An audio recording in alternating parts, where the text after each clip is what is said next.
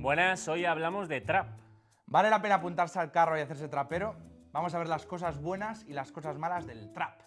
Primera cosa buena es que puede ser trapero el que quiera. No necesitas saber cantar, ni hablar, ni escribir. Con autotune y un portátil, puedes.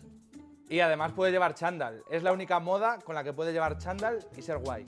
Otra cosa buena es que es fácil pillar drogas. Siempre tienes un amigo que es camello y si eres trapero y tus amigos no tienen drogas, el camello eres tú.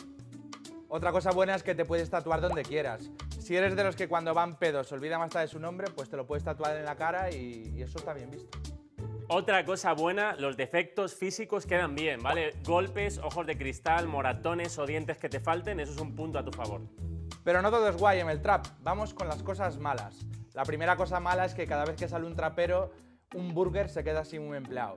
Y no queremos que se hundan porque las hamburguesas siempre hacen falta.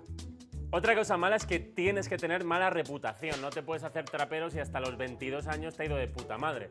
Se te exige haberte criado en un barrio jodido.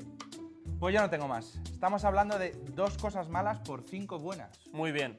Puntuación de ser trapero, 7,5. Mejor que ser emprendedor, peor que ser un chaval normal.